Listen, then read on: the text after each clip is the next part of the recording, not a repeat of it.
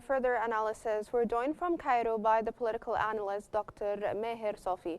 Dr. Maher, thank you so much for joining us on Qnews. And let me first start by asking you, how do you assess the humanitarian impact of the Israeli strike on Shuja'iyya, and what does this indicate about the current phase of the war?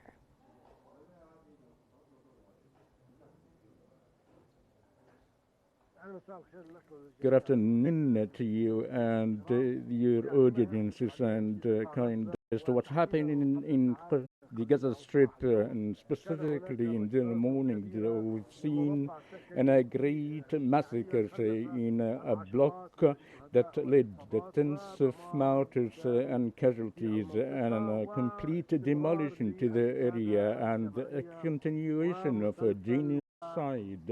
And what's taking place now is an execution of Israeli plans on the Palestinian territories, as well as Netanyahu's endless policy that rely upon the burden land and the destruction of everything, killing the people either by starvation or the bombs and missiles that killing the torn tents and the rifted blocks, and through the missiles hit Gaza since October the 7th, and the renewable war and the continuing aggression since 18th of past March.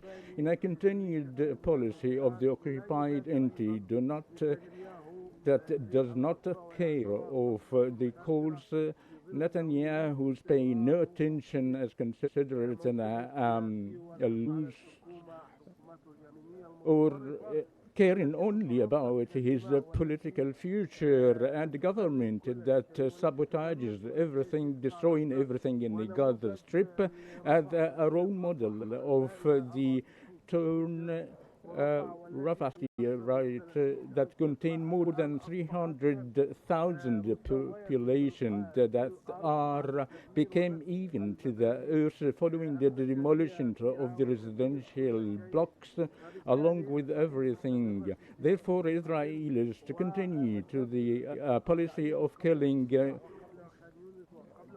today in Shuja'iyya and before in Qnews and several places, and there is no evidence of the martyrs that most of them from the young people, and more than 70% that exceeded since the surge of war on October 7th, more than 60,000 martyrs and more than 20,000 wounded, and yes, a part of those who are under the rubbles.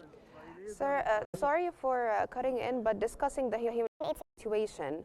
Regarding the UN Secretary General's rejection of Israel's aid control plan, how might this influence international diplomacy and aid flows to Gaza?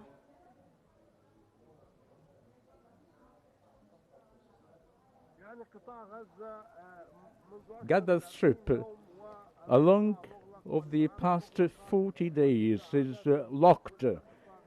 Aid never entered the Gaza Strip. The policy of starvation is to continue, alike with the killing policy the Israeli wanted to the people in the Gaza Strip, between the starvation, thirst, and the lack of food and medical supplies. What has been called by the UNRWA officials, that is very clear that there is a clear abandonment of the Palestinian people.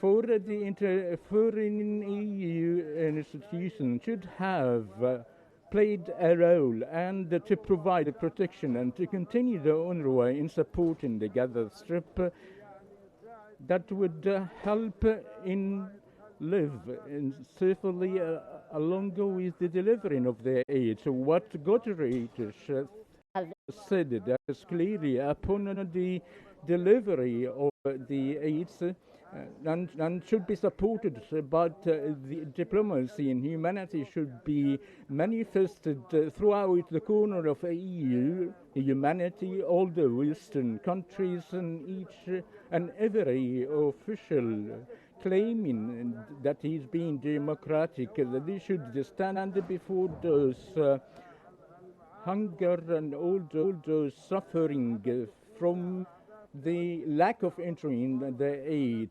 And even we have seen death cases of infant babies, as well as affecting the children due to the lack of vaccination.